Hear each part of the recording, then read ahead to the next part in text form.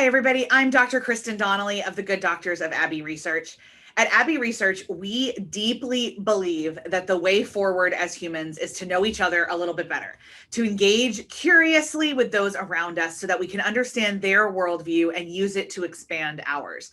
The world has only ever actually changed through stories and relationships, not ever through shaming, statistics, or screaming.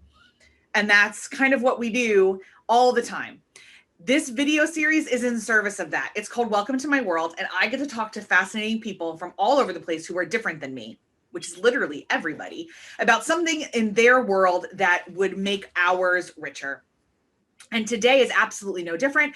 I am meeting with author Dr. Dawn Menge, who is the author of a sprawling series around a character named Queen Vernita.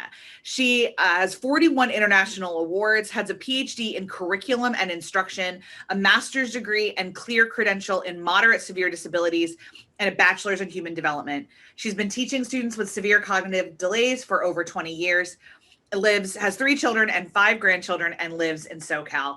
Dr. Dawn, thank you so much for joining me. Well, thank you for having me and allowing me to share my adventures and a bit of my life. It's a pleasure. So I'm very curious about this Queen Vernita. Introduce us to her. Well, it's an educational series based on my travels. Queen Vernita was actually my grandmother, so the series was named after my grandmother, but the travels are all mine and my family's. And I teach students with severe cognitive delays. So one thing that I did in my books, every one of my books is a real person. And so one thing I did was I included my students. And I will share just a few pages of that.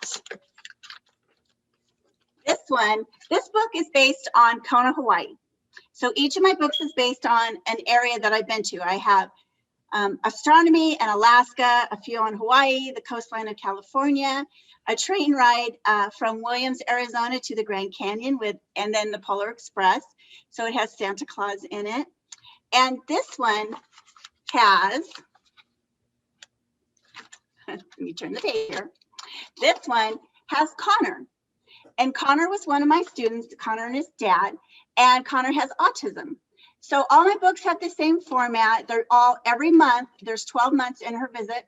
Every month has a new subject and a new friend. So this one is about Connor and his communication device.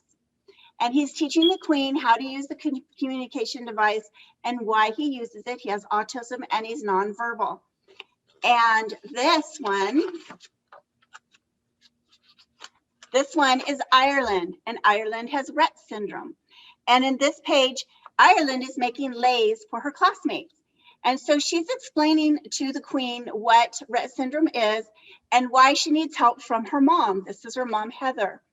And so several of my books have disabilities in them. I have Down syndrome, cerebral palsy, multiple sclerosis, visual impairments, and hard of hearing. And part of that, so I actually have won at this point over 41 awards now. And next week, I'm going to Vegas to the film festival there. It's the Menge Film Festival. And I've won several awards for conquering disabilities. I won the Special Champion Award because I've included disabilities in my books. And so that's kind of a rundown of my books. That's amazing. What kind of specifically inspired you to start this journey? Well, I was taking a class to get my credential. And it was a math class, and the assignment was to create a math book and a game. So that's what I did, and I started with this one. This is my very first one. It's pre-K to first grade. And it actually had my students in it. It was called Queen Victoria. And we used it to do these little skits, and we traveled around to different schools, and my students would do like little parts of the story. And I would go back the next day and explain my students' behaviors and some of their disabilities. And I got a grant from Cal Poly to do that. We did that about 2 or 3 years. And then I decided that I wanted to publish the book. So I changed it and named it my grandmother. And we put in the children in my family. And so, thinking, well, they're not going to complain. And this was actually the only book that I was going to publish. This is Ashley. This one is my daughter. And this is, okay, turn some of the pages here. This is my nephew. my niece, and it has my dad in it. And so I immediately won first place in the EV Awards, which is an independent publishers out of Colorado, and started getting interviews. And they were asking me, well, what are you going to do next? And I'm like, well, I wasn't doing anything next. So decided to do that. She's traveling around her kingdom. This one I did with my little brother. He's an astronomer at JPL. And this one is based, of course, on astronomy. It also has disabilities in it. This is Jake, and Jake has multiple sclerosis, and it's explaining it. And then here is Jeremy. Jeremy was one of my students, and he has Down syndrome. And so it explains 7 facts about Down syndrome. So it gives you just a little snippet of information, any subject on here. Like I have pages on sharks. So it gives you 7 little facts about sharks. And alligators. I went to New Orleans and we went into the bayou. And so this page has where we went into the bayou. The pages are made actually from actual pictures from my adventures. So my illustrator is able to take it and make the illustration out of it. And we were holding a baby alligator. So it has, that's the subject. And then it has 7 facts about alligators and the bayou. This one has slavery and jazz music and plantations. So they go from pre-K all the way up to 6th grade. And so there's paddle boats and octopus and tide pools. It's really wide ranging and a wide range of, developmental ages and reading abilities. Yes. So your child could actually grow up with the series. They could start with the pre-K. I now have 3 out that are pre-K 1st grade. I have the basic one, just the days of the weeks, months of the years. And then I have one on this magical Christmas train ride. And I just published one on camping. So we will go camping at Halama Beach every year, and it has camping and kites and s'mores and ostriches and raccoons. And so then it goes all the way up. So your child could grow up with the series. That's great. And have you gotten feedback from readers that this has been a really educational thing for them? Oh, yes. I've had adults who bought this book to read before they went to New Orleans. I do a lot of things with Story Monster Magazine. It's an educational magazine. And I do a lot of things in Tempe, Arizona. So some of those families would buy this one because they were coming to California and they were going to read it as they were going up the coast.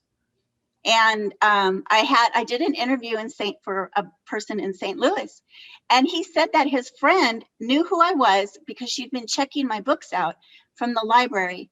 And because of that, she got another job and she was taking her child traveling. That's really exciting. Like, talk about an impact of just like this one decision to write this book, and then it spawned so much. Well, I have a teacher friend who lives in Washington, and he teaches English to the Somalian refugees. And I just sent him 12 more books, and he uses them to help them teach to learn English. Because of the repetitious nature, it's good for like ESL learners. They're used in African schools and libraries. Okay. And why, I guess, like, why the focus on, besides your career, but like, why did you choose to keep focusing on, on disability advocacy?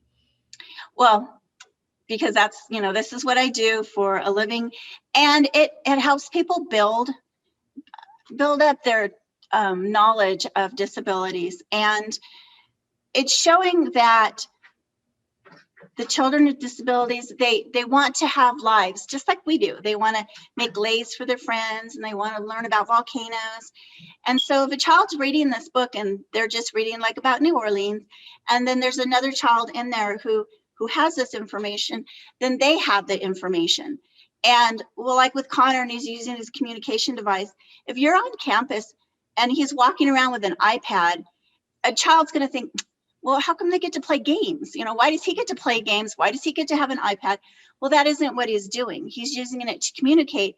And then they will feel more comfortable and know when they come up to him or he comes up to them, oh, this is what he's doing, and this is how he's talking to me. So it's just trying to incorporate that, we all want to have wonderful lives. I think that's so important. I mean, we talk a lot about empathy around here, and empathy as an intellectual posture. Like it's something that we're just always trying to see the world through other people's lenses. And these kind of children's books are so invaluable to be able to, pedagogically grow with them and help them just see different bodies as normal instead of, a strange thing they encounter later on in school. Yes. Yes, I've been asked a lot to do like just a book on disabilities, and I really have hesitated doing that because then the focus is the disabilities, rather than people that are having adventures who have disabilities, right? And so I just haven't done that. I would feel the same hesitancy is that it would almost feel like against my brand, I think, to do that. So I get that. So I'm sure you get this question a lot, but it's my channel, so I'm going to ask it. Do you have a favorite one of the Queen's adventures? The ones on Hawaii, I think, are my favorites because I have a friend that I grew up with, and he lives in Kona with his wife, and they are the subjects of both of the books. And so I really enjoyed going over there and visiting them. But they all have, my family in it. So this one is a trip we took. There was 19 of us, and we went over Thanksgiving break. And this picture is actually my grandson. He was so tired, he fell asleep in Santa's lap after we did the Polar Express. So, how could that not be like special for me? This is actually my grandson's. We were being robbed on the train by the bandit, and the bandit actually held up my grandson's like this. So this was an actual picture. And then I made this person, this was my assistant in my class. So he became the bandit. And so these are all just based on, this is my son and my daughter-in-law and my granddaughter, and they're reading a book. And actually they're about to have a new baby. So I will have 6 grandchildren any day now. So we're waiting. But these are all true stories. These are all my family adventures we had. These feet are my sons. They were sitting at the edge of the Grand Canyon and of course scaring the heck out of us. But there was a ledge underneath them, so they weren't in any danger at all. But these are all things that we do together. And I just got back. My mom and I went on a trip. A friend of mine that I grew up with from the 5th grade, she was my best friend, but she passed away in our 30s. And her father, they moved to Wyoming, and her father contacted me several times about writing a book with him and his family that we had talked about like 10 years ago and just never got back to it. And so my mom and I just took a trip. We went up to Idaho and visited a childhood friend of mine and went through Yellowstone and Wyoming and spent a week there and showing me around and talking to him. And I'm going to write a book, and his family is going to be in it. And so they're all really special books. So that makes sense. Like there's elements of everything that make it really, really special. They're just different elements in each one. Yes. Well, this has been an utterly fascinating conversation. I've loved learning about your books and your method. Is there anything that you'd love to say as a bit of a close up to our folks? No, just if you want to have one of my books and you want to author sign, just contact me. I have a Facebook, I have Instagram, Twitter, I have a website, and my publisher is Rushmore Press. Check out my Facebook and see what we're up to. Check out next week's going to be exciting. I'm going to spend all week at a film festival, which I've never done before.